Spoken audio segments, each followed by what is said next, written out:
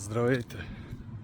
Много хора ме питат напоследък, откакто свалих 30 кг, как съм го направил, какви чайове съм пил, какъв детокс съм правил.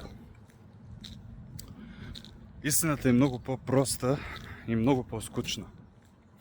Не съм пил никакви детокс чайове, не съм се чистил с абсолютно нищо, не съм купувал маркетинг глупости за пиене. Единственото, което направих, беше калориен дефицит. Какво означава това? Ядеш малко по-малко, отколкото харчиш. Толкова. И второто, много ходене.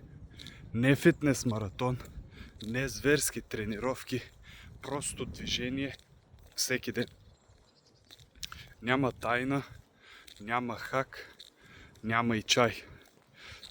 Ако някой ви казва, че има, най-вероятно този човек иска да ви продаде нещо. Тялото работи просто.